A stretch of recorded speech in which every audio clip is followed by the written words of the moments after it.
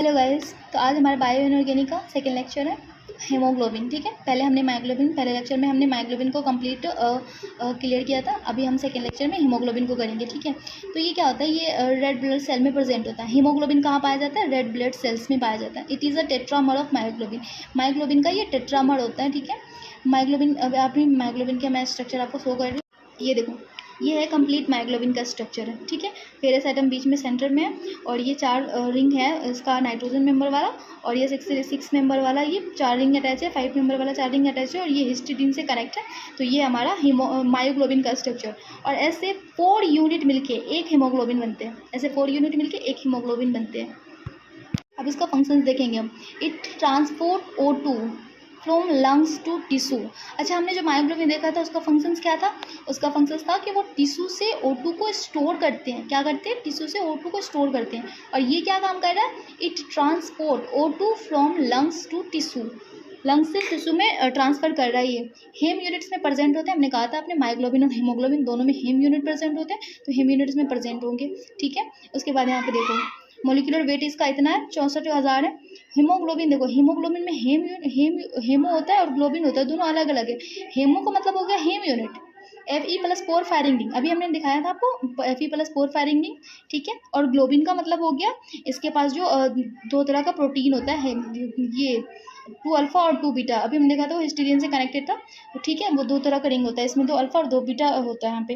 यहाँ पे 4 मायोग्लोबिन के रिंग है। देखो आपने 1 2 3 4 मायोग्लोबिन के, भी मैंने बताया था आपको। ये 4 मायोग्लोबिन के रिंग से मिलके एक हीमोग्लोबिन बनते हैं। ठीक है, यहाँ पे क्या लिखा हुआ, when O2 combined with deoxy haemoglobin.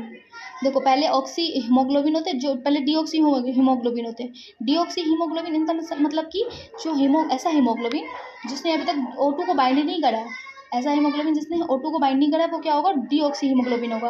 वो टेंस स्टेट में होते हैं। कन्वर्टेड इनटू ऑक्सी हीमोग्लोबिन, जैसे ही वो ऑक्सीजन को बाइंड करते हैं वो ऑक्सी हीमोग्लोबिन में कन्वर्ट हो जाते हैं। और वो कौन से स्टेट में चले जाते हैं? रिलैक्सेशन स्टेट में चले जाते हैं, बाई ब्रेकिंग सॉल्ट ब्रिज को। ठीक है, सॉल्ट ब्रिज को ब्रेक करके वो रिलैक्सेशन स्टेट में चले जाते हैं, ऑक्सीजन को अपने अंदर बाइंड कर लेते हैं। और वो जब ऑक्सीजन को बाइंड नहीं करते हैं, डीऑक्सी स्टेट में होते हैं, तो वो टेंस स्टेट में होते हैं। जैसे ही बाइंड कर लेते हैं वो रिलैक्स स्टेट में चले जाते हैं। देखो, यहाँ पे जो चार्ज ट्रांसफर होता है वो कैसे होता है? पाई से पाई स्टार चार्ज ट्रांसफर होता है। Intra ligand charge transfer is present. ठीक है, पाई से पाई स्टार चार्ज ट्रांसफर होता है। जब हम इसमें कोऑर्डिनेशन कंपाउंड में देखते हैं, पाई जो चार्ज ट्रांसफर होता है उसमें पाई से पाई टू चार्ज ट्रांसफर देखते हैं, तो वो भी यहाँ पे प्रेजेंट है। अच्छा, यहाँ पे 4 O2 molecule are needed to oxidise haemoglobin. Haemoglobin को ऑक्सीडाइज करने के लिए 4 O2 ऑक्सीजन की 4 यूनिट चाहिए होता है, 4 मॉलिक्यूल चाहिए होते हैं। इसीलिए O2 के 4 मॉलिक्यूल चाहिए होते हैं, किसको? ऑक्सीडाइज करने के लिए, इसको, हीमोग्लोबिन को। Oxygen combine in super oxide, कैसे कंबाइन होता है वो? इस फॉर्म में कंबाइन होता है। ऑक्सीजन जो वो सुपर ऑक्साइड के फॉर्म में कंबाइन होता है, किसके साथ? हीमोग्लोबिन के साथ। इसकी stretching frequency 11 centimetre inverse in band form में। और binding capacity of O2 is myoglobin higher.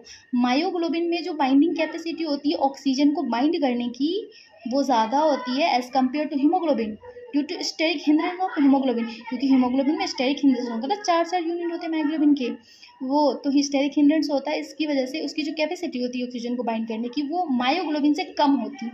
ठीक है, और सॉल्ट ब्रिज जो होता है, salt bridge connected 4 unit of haemoglobin. देखो, सॉल्ट ब्रिज यहाँ पे कनेक्ट कर रहे हैं, ये रहा सॉल्ट ब्रिज, 1 2 3 4 सॉल्ट ब्रिज है, ये कनेक्ट करते हैं 4 मायोग्लोबिन के यूनिट को। ओके, अब हम यहाँ पे देखेंगे कोऑपरेटिव इफेक्ट। कोऑपरेटिव इफेक्ट क्या है? The addition of 1 O2। ठीक है, 1 O2 को molecule to 1 haem unit of haemoglobin. इसका मतलब क्या हुआ कि एक O2 को एडिशन करते हैं जब हेम यूनिट मॉलिक्यूल में, the addition of upcoming O2 molecule, जो दूसरा मॉलिक्यूल को जब हम ऐड करने जाते हैं, तो जो पहला मॉलिक्यूल को जो हमने ऐड करा हुआ है वो क्या करता है? Other haem unit is haemoglobin, the increase of rate O2 is called cooperative effect. अभी मैं आपको यहाँ पे एग्जाम्पल से समझाती हूँ। देखो, हीमोग्लोबिन है, यहाँ पे O2 है, इन्होंने इसको बाइंड कर लिया K1 रेट से। ठीक है, हीमोग्लोबिन प्लस O2 आ गया हमारे पास। हीमोग्लोबिन O2 जो हमारे पास ये रहा, ये आया, फिर दूसरे ऑक्सीजन को बाइंड करने के लिए इन्होंने बाइंड किया। इसका रेट जो है वो 2 है। ठीक है, फिर 2 बन गया, फिर यहाँ से 3, फिर यहाँ से 4। अब हम जब रेट देखेंगे K1 K2 K3 K4 में, तो सबसे ज़्यादा रेट 4 का होगा, क्योंकि यहाँ पे जो ऑक्सीजन बना है ना, ऑक्सीजन बाइंड हुआ है, तो हमारे पास ये जो मॉलिक्यूल बना है, ये मॉलिक्यूल हमें दूसरे O2 को बाइंड करने में बहुत हेल्प करता है। अब यहाँ पे 2 आ गया, तो ये तो और भी ज़्यादा हेल्प करेगा। और ये 2, तो रेट जो है सबसे ज़्यादा वो किसकी होगी?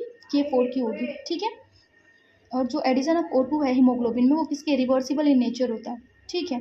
और addition of O2 to H haemoglobin is pH dependent, pH के ऊपर डिपेंड करता है। ये O2 का जो बाइंड एडिशन होता है हीमोग्लोबिन में जो O2 का एडिशन होता है वो किसके pH के ऊपर डिपेंडेंट होती है, ठीक है। माइग्लोबिन इंडिपेंडेंट होता है लेकिन pH डिपेंडेंट होता है। अब हम यहाँ पे डीऑक्सी और ऑक्सी का देखेंगे डिफरेंस, डीऑक्सी और ऑक्सी का डिफरेंस देखेंगे। सबसे पहले हम डीऑक्सी में जो फेरस एटम होता है वो क्या होता है, वो +2 स्टेट में होता है, ठीक है। उसका D6 है, T2G और EG, T2G EG इस तरह से जो ब्रेक होता है T2G और EG में, तो ये EG फॉर्म है, ये T2G फॉर्म है, ठीक है, T2G फॉर्म है। अच्छा, इसके पास जो लिगांड है वो वीक लिगांड है। वीक लिगांड होने की वजह से क्या होगा, इलेक्ट्रॉन पहले यहाँ जाएगा, यहाँ जाएगा, यहाँ जाएगा, फिर यहाँ जाएगा, फिर यहाँ जाएगा। पेयर्ड करने की जो वीक लिगांड में होती है ना वो कैपेसिटी नहीं होती है, तो वो पेयर्ड नहीं कर पाएगा। तो एक ही है जो पेयर्ड है, बाकी चार जो है अनपेयर्ड है। हाई स्पिन कॉम्प्लेक्सेस होती है, जो वीक फील्ड लिगांड होते हैं ना वो हाई स्पिन कॉम्प्लेक्स बनाते हैं, हाई स्पिन कॉम्प्लेक्स बनाते हैं, मतलब कि पेयर्ड नहीं करते हैं। पहले कंप्लीट फिल करेंगे उसके बाद पेयर्ड स्टार्ट होगा, ठीक है। CFSC उसका लो होता है, CFSC जो है वो किसके आयनिक रेडियस के इनवर्सली प्रोपोर्शनल है। Fe2+ जो है उसका जो रेडियस होता है वो ज़्यादा होता है, Fe2+ has highest large radius, ठीक है। पैरामैग्नेटिक क्यों है, क्योंकि यहाँ पे अनपेयर्ड इलेक्ट्रॉन प्रेजेंट है, इसलिए। जब पैरामैग्नेटिक है तो ऑफकोर्स ESR EPR एक्टिव ही होगा। इसका कलर कौन सा होता है, वायलेट कलर होता है, किसकी वजह से, पाई से pi star transition interligand charge transfer, okay. तो पाई से पाई चार्ज ट्रांसफर होता है, उसकी वजह से कलर वायलेट कलर होता है।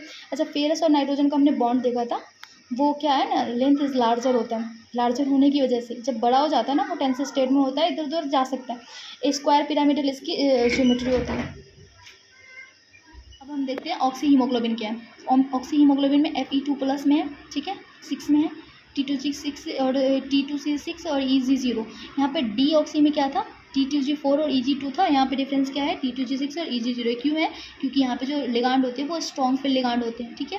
लो स्पिन कॉम्प्लेक्सेस होता है, जो स्ट्रॉन्ग फिल लिगांड होते हैं वो लो स्पिन कॉम्प्लेक्स बनाते हैं, strong field ligand low spin complex बनाते हैं, और फिर weak field ligand high spin complex बनाते हैं, करेक्ट। हाँ देखो, इसकी CFSC हाई होती है, Fe2 positive, similar ionic radii होता है, स्मॉलर आयनिक रेडियाई होता है यहाँ पे।